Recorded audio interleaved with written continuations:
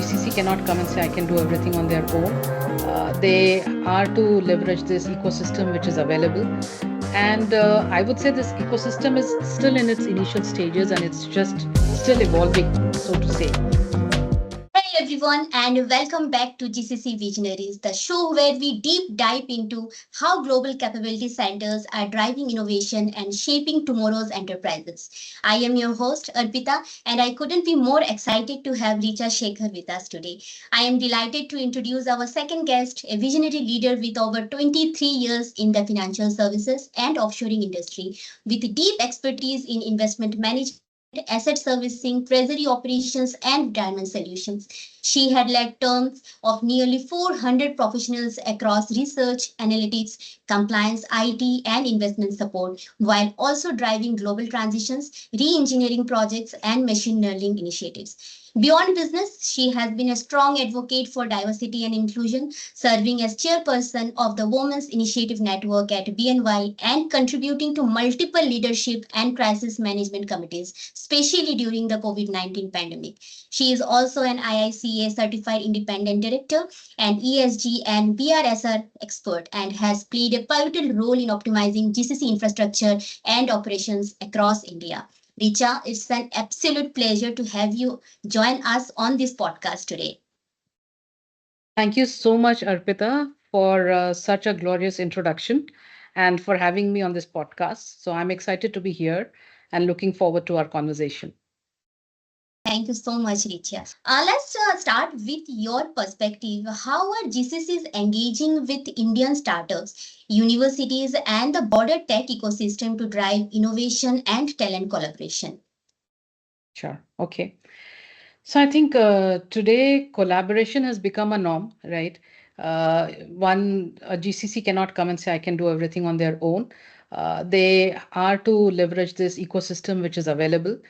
And I would say this ecosystem is still in its initial stages and it's just still evolving, so to say.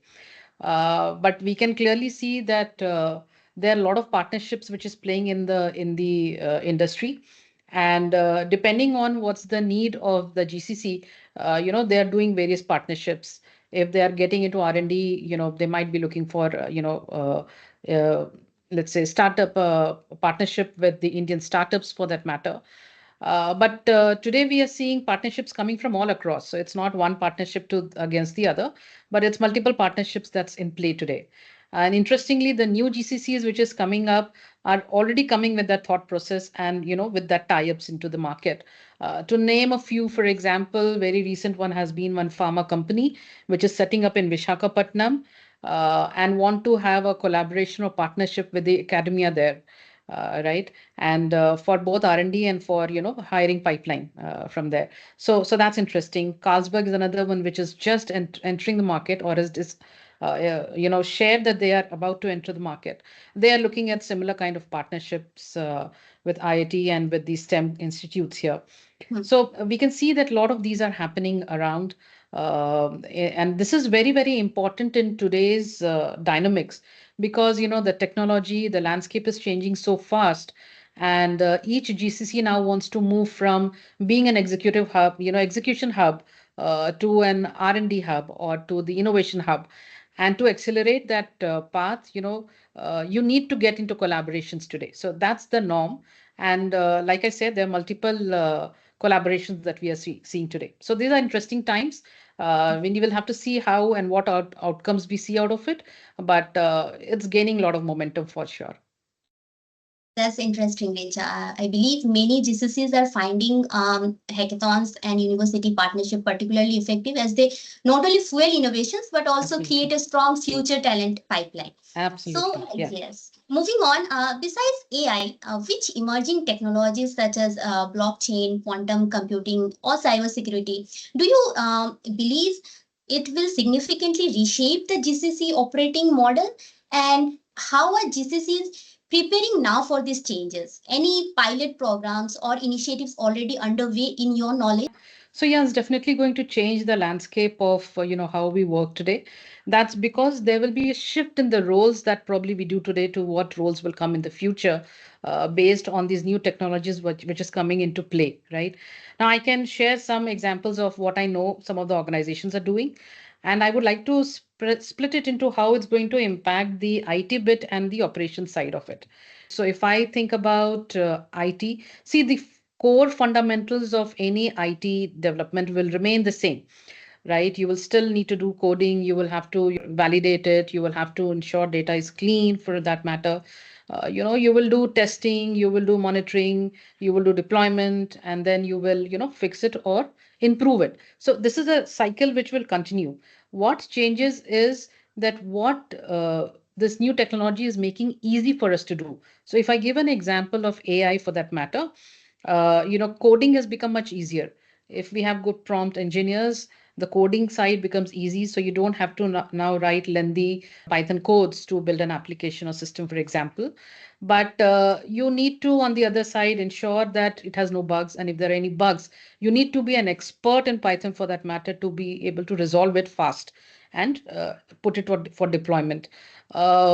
You need to make sure that the models, are well trained. The data there is, for example, unbiased, and the model is giving the right output. They're done in an ethical way. So these things are going to gain more traction, right?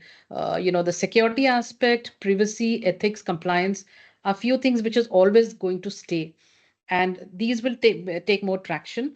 Plus, the data scientists, for example, or the modelers, for example, will be getting more hands on and will be required more in numbers compared to maybe what the typical coding requirement was today. So there is a shift, right? And if we are moving, accepting the shift and learning along the way, I think it is much easier. You can reskill and still be relevant in the market. But yeah, this is how the landscape is going to change. And to give you an example, I know one of the organizations with which I worked earlier, they are building their own AI platform, and they're also hiring, in bulk from the institutes, the STEM, resources, and training them on new technology. They are making them AI, trained, so that they can, contribute right from day one into this mainstream in terms of multiple R&D that they're doing, or research, that innovation they're trying to bring in the organization. So these are some of the shifts we are seeing in the model of how they operate, and also in the roles. If I talk about operations, for example, now I can just talk about how blockchain is going to change, for example, reconciliations. It is one of the functions which is prevalent, agnostic of the sector that's there. Is there in finance? Record keeping, for example, is important even for medical records, pharma, and multiple sectors for that matter.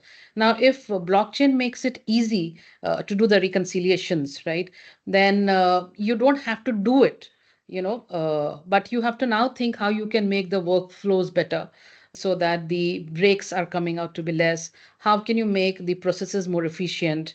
If the data is coming out smooth, what are the next things that you can do with that data, right? Are there any real business problems that you can solve with what you're getting now? So you have more time in hand now to think of doing and addressing real problems, for your customers, for your organization, for the better good of the people at large and the society at large. So that's how it's going to shift more from just doing it mechanically to now being more thinker and being a little more innovative in your approach. Exactly, Richa, and that reinforces like how GCCs are moving from being cost arbitrage centers to Absolutely. true strategic partners in Centers. driving enterprise transformation. Absolutely, yeah.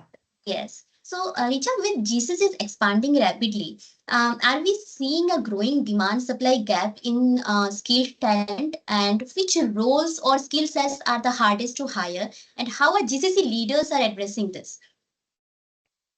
So yeah, that's an interesting question, and I think lots been talked about the demand supply gap, which is getting created in the market because of these new technologies that's coming into play. Um, and I will say this is a global reality, right? Anytime there is a new technology which comes into the market, the demand is always more than the supply. and supply is always catching up for that matter. I was studying, one report from Bain and Company, and they say the gap between demand and supply for AI skills by 2027 will be really huge. It could be around 50% in America, US, 70% in Australia, 50% in India, and so forth. So they spoke about multiple regions and how this gap is going to get, only increase. And I just want to put one more data in front, and want everybody to think about it. Cloud came into the market, about 10 years back, right? When that was something which came into the market. And the recent study shows that there is still 40% gap in demand supply for the cloud skills. So the catching up really takes time. All the effort that we spoke about in terms of the partnerships that's in play, the academia and the industry partnership in play, is definitely a way forward to address these gaps, because it creates the pipeline which is ready to come and start contributing to the work from day one. So these are some of the things which is, I think, and it plays a very important role. You also mentioned about the academia partnership, because that partnership has the capability of influencing uh, the entire curriculum of the institutes, right?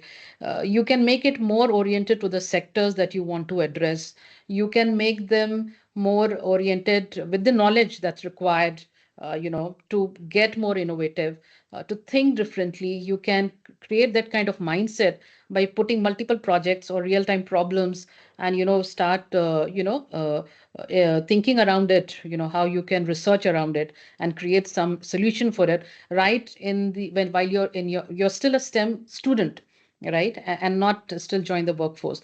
So the impact is going to be huge for this, and I can see that there is a lot of support for this particular initiative as well, even from the government and by multiple bodies like NASCOM. So this is one of my favorites to say, is one of the ways, and a more futuristic way of how you will address this gap. The other approaches are definitely, how you can collaborate and outsource, the work maybe, or even the part of R&D to someone else and collaborate with them on that.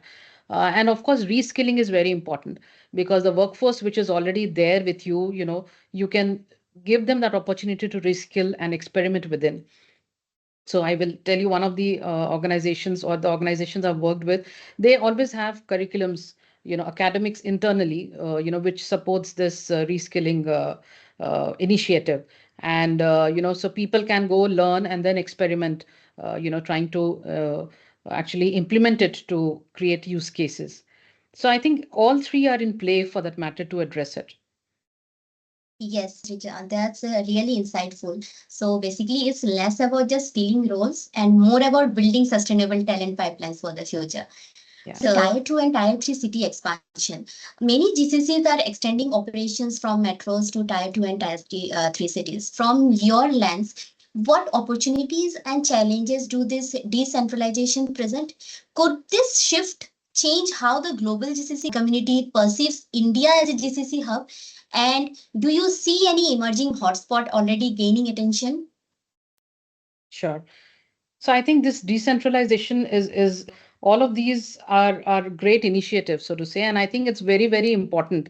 Tier one is getting too congested with multiple things, with people concentration, and it's putting a lot of pressure on tier one cities. And tier two, tier three provides us opportunity as well, and we can clearly we saw that during COVID times, when people were working remotely. The talent was not just limited to tier one, but it is available across and in multiple hubs within the country. So leveraging them by setting up or expanding there is the right thing to do, for that matter. And this will not just bring you closer. So again, another point, a lot of academia is around tier one, tier two, and tier three cities, right? So if you are bringing your office closer, you're also bringing yourself closer to the talent pool which is available there. That helps in the partnerships with academia as well, and creating that ecosystem in those cities. I think second important, opportunity they see is to bring the cost of their operations down, because uh, the overall cost of living and everything is a little lower. Infrastructure cost is a little lower in tier 2 and tier 3 cities. So that's something which definitely GCCs can leverage to, cost optimize, their overall operations, and, support their innovation hubs, maybe which will maybe still continue to be in tier 1 city, till the ecosystem really builds in tier 1 and tier 2 cities. So yeah, these are some of the advantages that we see. I actually was attending one session where people who have GCCs in tier 2 and tier 3 were talking about some of the advantages. And one interesting point that they brought up was about the commitment of people in those locations. So they said they come on time, they will be very punctual, they are dedicated to the work, which is like which could be very valuable asset for the future. So those are some of the positives. Now, obviously, there are also challenges. Like any new initiative you take, everything is not hunky dory. There are certain areas which you have to address, and hence there are certain challenges. Again, and this is something which I've seen firsthand. When you move to a smaller city from a bigger city, you move there with some anticipation and with certain timelines in mind. So usually we see that people leave after 2 to 3 years. They want to come back to tier 1, for multiple reasons. Maybe they don't want to relocate their family because of the education facilities or other facilities available in tier 1. The lifestyle, the ecosystem, might you might find cities to be tier 2 and 1, 3 to be a little slow compared to people who are used to fast life. So these are some of the mindset changes which is required. So usually we have seen that people, especially who have spent good time in tier 1 city, want to some point come back to tier 1 city. I remember there was one transition which happened from Pune to Coimbatore, and the entire team had to move because they moved the entire operations along with the people, and people were given obviously option to either move or stay in Pune. So people who opted, after some point started coming back and saying, "Can I? Is there an opportunity in Pune because we want to come back?" For multiple reasons that like I stated today. So yeah, this is the real challenge which people face. So that disrupts the continuity or leadership in between. And I think the other one is the infrastructure. So travels and commute can be a little bit of a challenge because you might not have airports everywhere. It might be a little distant from the core city where you're setting up this. So these are some challenges which I don't think is not possible to overcome. These are some things which can be overcome as the ecosystem evolves. And I think again there is enough sponsorship and backing from the government also to ensure that this model is successful of moving out there. Talking about some hotspots, I think Coimbatore has anyway still come up as a location.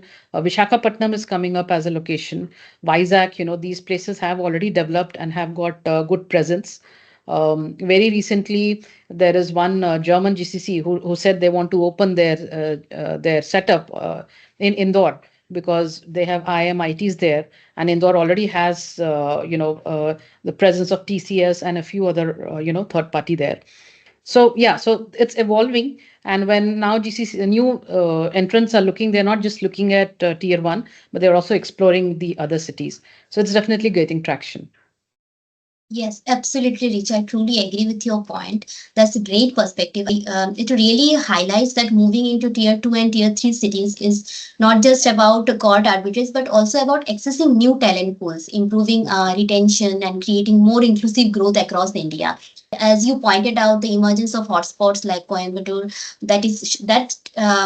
this shift is already underway now. Absolutely. So yes, so Richa, now for multinational organizations just beginning their GCC journey, what would Yeah. you say are the first three strategic decisions they should get right? Okay, so all the three that I'm going to talk about is from my experience, and from what I've experienced through my peers and my own experience.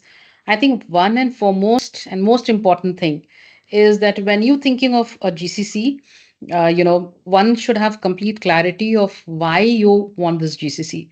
What's the objective or the end goal with which you're setting up this GCC? So because that brings a lot of clarity on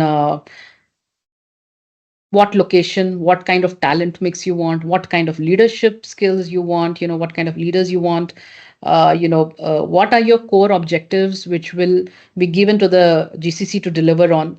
So these are very important if you know the why of why that is coming, right? And to give you an example, a GCC might still want to be an execution hub, right? We talk a lot about moving from execution to, innovation hub, while we know that only 8% of GCCs are still in that innovation hub. So it's the GCCs are still in that journey somewhere, right?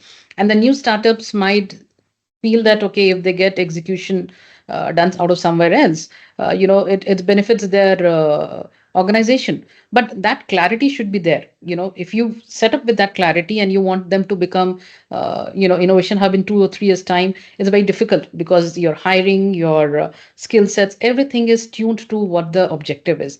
So that's the first thing one should get very right, or why you want that GCC, right? What you want to achieve out of that GCC. Secondly, it's very important for that strategy to be a part of your global strategy. So it shouldn't be like one-off or sidelined project where you decide that okay, I'll do it, and then it's been monitored at maybe mid-level. It should be a part of your global strategy.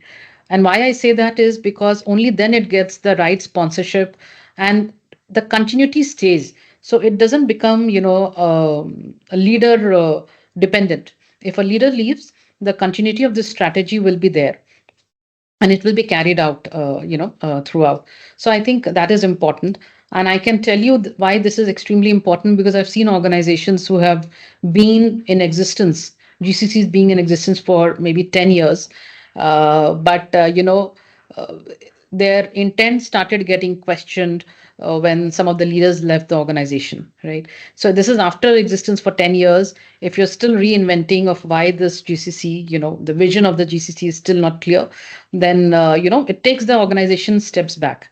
So hence this is very, very important that it gets that its due position in the organization. And then if these two are done right, the third is hiring the right leadership, because only then the GCC will deliver what you want, right? So if the objectives are set, your leadership should be able to complement or support that vision. So that is very important. And there's one more element I would say is extremely important, which in my opinion I've seen people questioning even after long existence of the GCC, and that is the cultural change. So when you think of having a GCC, because GCC setup is slightly different, right? You have to be ready and create an awareness within the organization that how they work or how they operate is going to change, right? So there will be time zone differences. You will have to give some time overlaps. Usually people switch off by 5:30 or by 5 o'clock. In other time zones, in Western time zones, they might have to stretch or be available from home sometimes, for query handling or for handoffs, for example. So those are certain changes. Their responsibilities might get distributed, or they might have to collaborate with other locations. So some of those things changes, which might not be very easy and acceptable to all. So making people aware of that change that's going to come, because at GCC this is going to happen, but for the parent company this is a bigger change. So so I think these are some of the things probably one should keep in mind. Yes, Richa. This clearly says that the success ultimately comes down to clarity of purpose, strong sponsorship, and the ability to adapt as the GCC mature.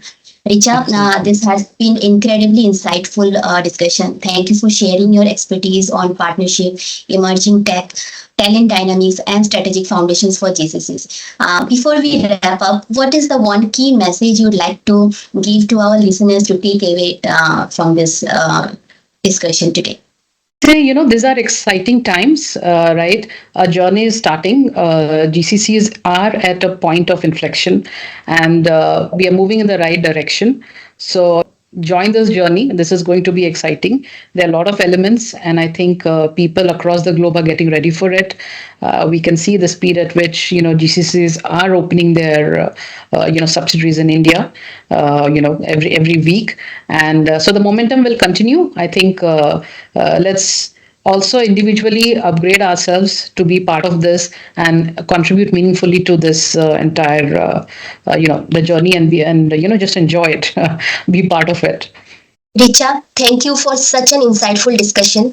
And to our listeners, you have just wrapped up another episode of GCC Visionaries, the show where we uncover the playbook of the world's most impactful global capability centers. If you found this conversation useful, go ahead and share it within your network, and drop us your feedback. We would love to hear how these insights resonate with your own GCC journey. Stay tuned for our next episode. Until then, keep innovating, keep collaborating, and keep pushing the boundaries of what a GCC can achieve.